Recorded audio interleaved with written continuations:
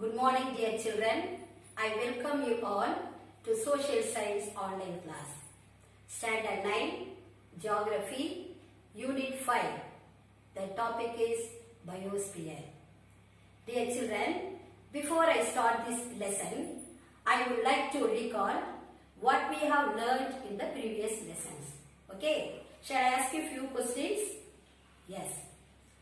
How many planets are there in the solar system? There are 8 planets in the solar system. Name the 8 planets, children. Mercury, Venus, Earth, Mars, Jupiter, Saturn, Uranus and Neptune. Okay. We know that our planet Earth consists of 4 spheres. How many spheres? 4 spheres. Name the 4 spheres, children. Lithosphere, atmosphere, hydrosphere and biosphere. What is lithosphere? Lithosphere is the solid outer part of the earth. Lithosphere is the solid outer part of the earth. What is atmosphere? Atmosphere is the thin layer of gases that surrounds the earth. Okay. What is hydrosphere? Hydrosphere is the watery part of the earth. It includes oceans, rivers, lakes and water vapor. Okay. What is biosphere? Biosphere is the layer of the earth where life exists. Okay. Dear children, why our planet Earth is called blue planet?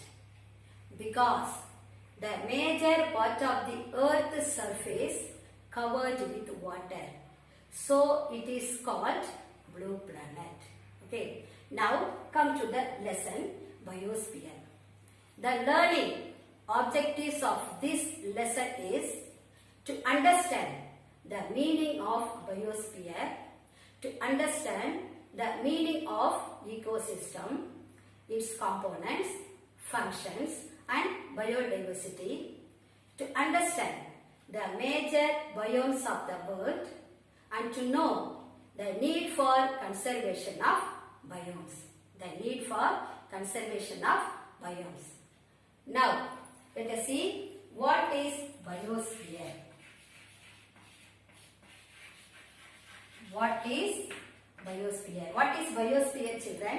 Biosphere is a life supporting layer. Biosphere is a life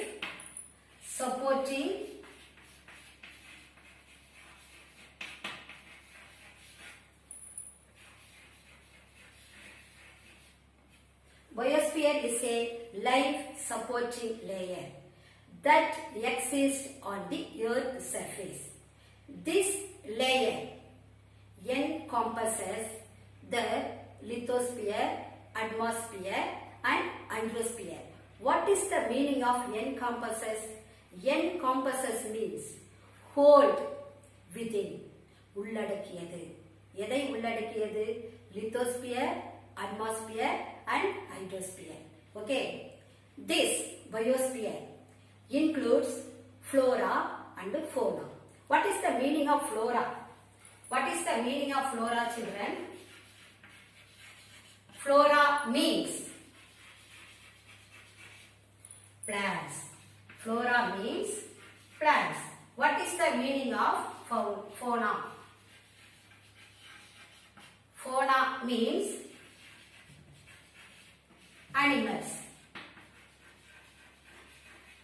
Okay, what is the meaning of flora? Flora means plants, fauna means animals. Okay. This flora and fauna that grow on the earth's surface. Most of the plants and animals live in a very short distance for about 1 kilometer above and below the sea level. Okay. Now all living things, it may be large or small, are grouped into species. What is the meaning of species? It means plants or animals that can be grouped, breed together. It is called species. அதாவது ஒரே இனத்தை சேர்ந்த ஒருங்கிணைந்து இனப்பெருக்கம் செய்யக்கூடிய தாவரங்களின் அல்லது விலங்குகளின் இனப்பிரிவு அல்லது இனம் என்று கூறப்படுகிறது. A wide variety of plants and animals live in a particular habitat. It is known as biodiversity. What is the meaning of biodiversity, children? Biodiversity means a number of different kinds of plants and animals together make a good and healthy environment. It is called biodiversity. Next we will see ecosystem. What is the meaning of ecosystem, children? Ecosystem is a community where all living organisms live and interact with one another and also with a non-living environment such as land, soil, air, water, etc. These are called ecosystem. Next we will see the components of ecosystem. What is that? The components of ecosystem.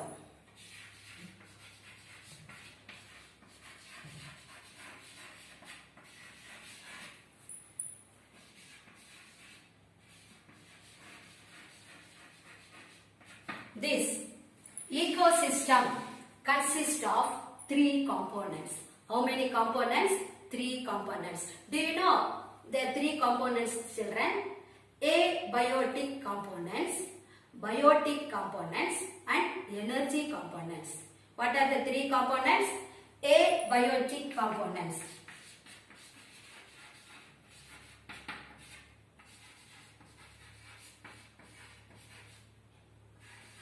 Abiotic components. Second one, biotic components.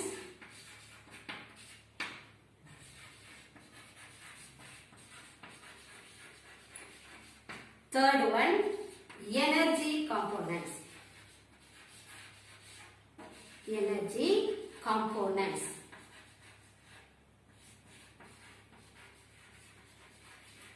Okay, understand, children? The ecosystem consists of 3 components. What are the 3 components? Abiotic components, biotic components, last one, energy components.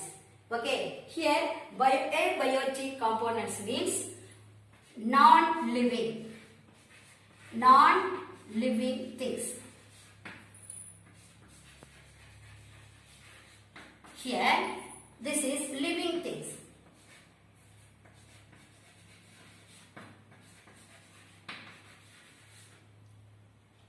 Here first one, abiotic means non-living things, biotic means living things.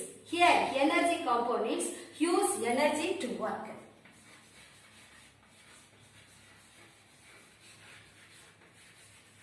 Energy to work. Okay. Abiotic components, it includes the non-living, inorganic, physical and chemical factors in the environment. Example, land, air, water, calcium, iron, etc. Okay. Biotic components, it includes plants, animals and microorganisms. Okay. Then energy components, all organisms in the biosphere use energy to work. The sun is the ultimate source of energy for the biosphere. The sun is the ultimate source of energy for the biosphere. The producers, consumers and the decomposers contribute a lot to the energy flow in an ecosystem. Okay. Here the components, dear children, here biotic components can be classified into 3 categories. How many categories? 3 categories. They are producers, consumers and decomposers. What are the producers, consumers and decomposers? Producers are self-nourishing components of the ecosystem. Producers are self-nourishing components of the ecosystem. So they are called autotrophs. They are found both land and water. Example, plants, algae, bacteria, etc. Okay, these consumers depend on producers directly or indirectly. These consumers depend on producers directly or indirectly. The common category of consumers. Next we will see the common.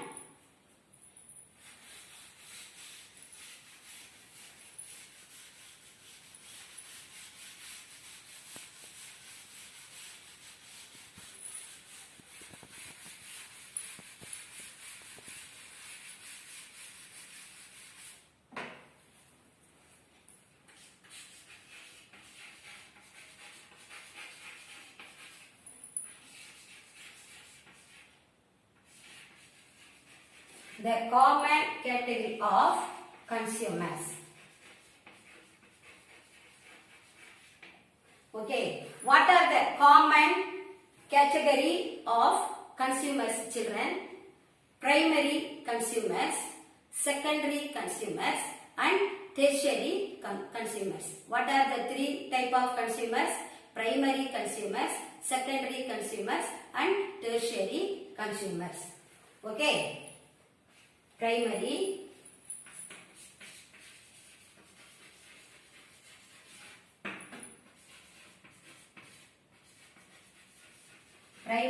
consumers, secondary,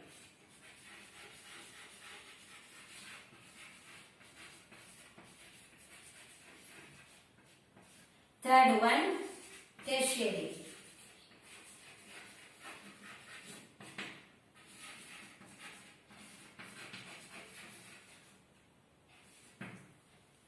These are the three common category of consumers.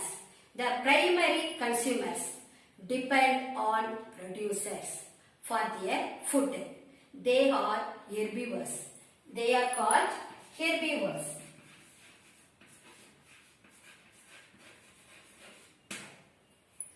What is called herbivores, children? Plant-eating animals are called herbivores. Plant-eating animals are called herbivores. Next one, secondary consumers. This is carnivores. What is that? Carnivores. Here, flesh-eating animals are called. Flesh-eating animals are called carnivores. Last one, omnivores.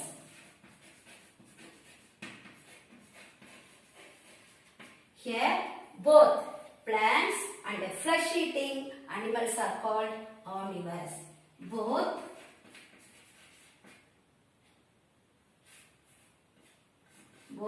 plants and flesh-eating animals. Now we will see functions of an ecosystem. The living organisms form an interacting set of flora and fauna which are organized into trophic levels, food chains and food webs. The functioning of an ecosystem depends on the pattern of the energy flow as it helps in the distribution and circulation of the organic and inorganic matter within a ecosystem. The chain of transformation of energy from one group of organisms to another through various trophic levels is called a food chain. A system of interlocking and interdependent food chain is called a food web. Now we will see biodiversity. What does the term biodiversity mean, children? Biodiversity or biological diversity refers to a wide variety of living organisms.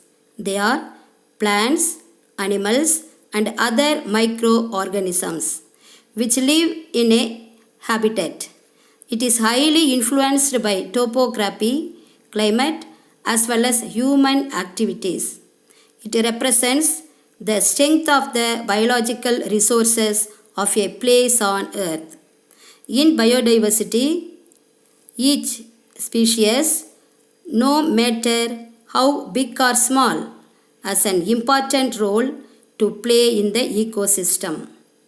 It maintains the ecological balance and facilitates social benefits such as tourism, education, research, etc. Dear children, what is meant by loss of biodiversity? உயிரின பன்மையின் இழப்பு எதனால் ஆனது?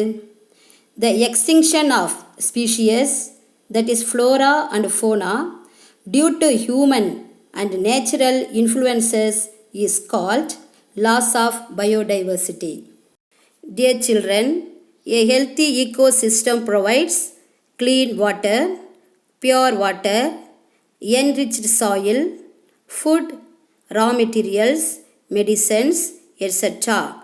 Hence, stable biosphere has to be conserved. Now we will see biomes.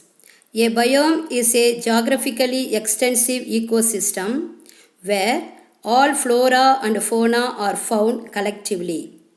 Biomes are defined by abiotic factors like relief, climate, soils, and vegetation. They are classified into two broad categories. Do you know what are the two broad categories, children? They are terrestrial biomes and aquatic biomes. Now we will see terrestrial biomes. நிலவாழ் பல்லுயிர் தொகுதி. Terrestrial biomes is a group of living organisms that live and interact with one another on land. They are mainly determined by temperature and rainfall. Some of the major terrestrial biomes of the world are tropical forest biomes, tropical savanna biomes, desert biomes, temperate grassland biomes, tundra biomes. Now we will see tropical forest biomes. The tropical forest biome is comprised of several sub-biomes, including evergreen rainforest, seasonal deciduous forest, etc. Tropical forests have the highest biodiversity and primary productive of any of the terrestrial biomes. The Amazon basin, Congo basin, and Indonesian islands are the major regions of this biome. These regions have very dense forest. Human settlements are found scattered here. They sustain their livelihood through food gathering, fishing, lumbering, and shifting cultivation. Due to the humid nature of this biome, the people get afflicted to tropical diseases like malaria, yellow fever, etc. The chief trees found here are rubber, bamboo, ebony, etc. Now we will see tropical savanna biomes. Tropical grasslands are generally found between tropical forest and deserts. Tropical savanna biomes are found between 10 degree to 20 degree north and south latitude. These grasslands are generally flat and are found south of Sahara in East Africa and in Australia. This biome is generally hot and dry and experiences moderate to low rainfall. So, the grass which grow here are tall and sharp. Hence, the chief occupation of the people found here is herding. The primitive people living here are nomadic. Who are nomads, children? People who move from one place to another instead of living in one place called nomads. Why do the nomads move from place to place? They moved with the changing seasons to get food and water for their animals. Their animals provided milk, meat, and skins for the nomads. Next, we will see desert biomes. Deserts are usually found on the western margin of the continents between 20° and 30° north and south latitudes.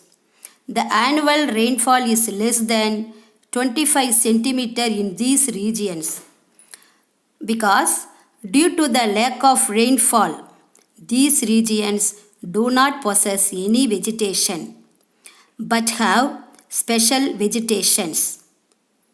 As the soil is sandy and saline, deserts remains agriculturally unprotective. Tribal people who live here practice food gathering and hunting. Transportation becomes very difficult here and is carried on by camels. Reptiles like snakes, lizards, scorpions, etc. are most commonly found here. Temperate grassland biomes. Temperate grasslands are usually found in the interior of the continents and are characterized by large seasonal temperature variations with warm summer and cold winter. The type of grassland in these regions strongly depends upon precipitation. Higher precipitation leads to tall and soft grass and lower precipitation leads to short and soft grass. These regions favor wheat cultivation. Pastoral industry becomes the main occupation, thereby facilitating slaughtering of animals, packing of raw and processed meat, dairy products, etc. Now we will see tundra biomes. These vast lowlands are found where the ground remains frozen. Greenland, Arctic and Antarctic regions and northern parts of Asia, Canada and Europe fall in this biome. This biome experiences long severe winter and a short cool summer. Due to the prevailing of low temperature and short growing seasons, the net primary productivity is very low in tundra. People are nomadic.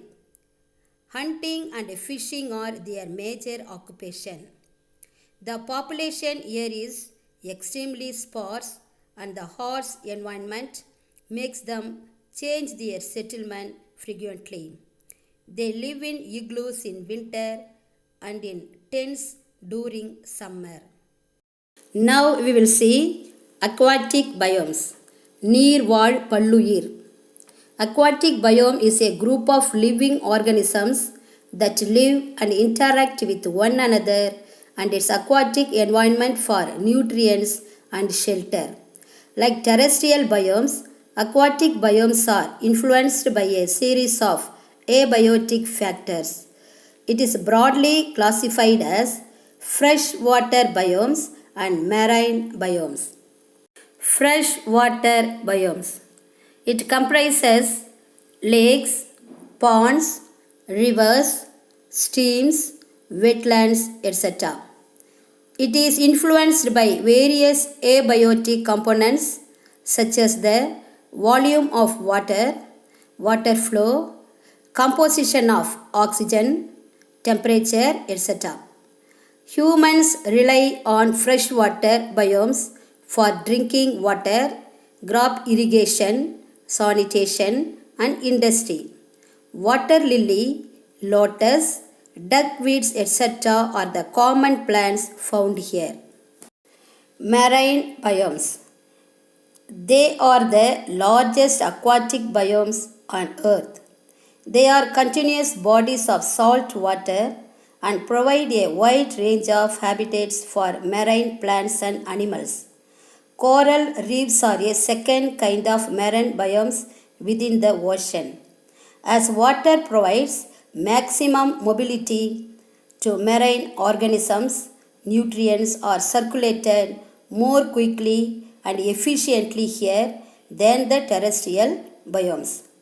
Aquatic biomes are not only important for plants and animals but also for humans. Humans use aquatic biomes for water, food, and leisure activities.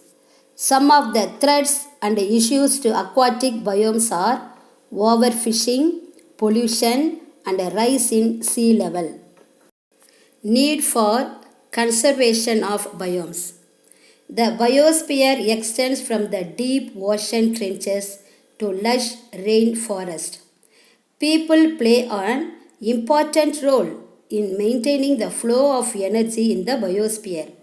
At the same time, the primary cause of today's loss of biodiversity is habitat alternation caused by human activities. The ever increasing population results in over exploitation of biological resources. This has an adverse impact on flora and fauna on Earth. There are places on Earth that are both biologically rich and deeply threatened. So, dear students, it is our duty to conserve and care for the earth and make it a better place to live in. Okay, dear children, now you may better understand the scope and meaning of biosphere, the meaning of ecosystem, its components, functions, and biodiversity, the major biomes of the world, the need for conservation of biomes. Thank you, children. God bless you all.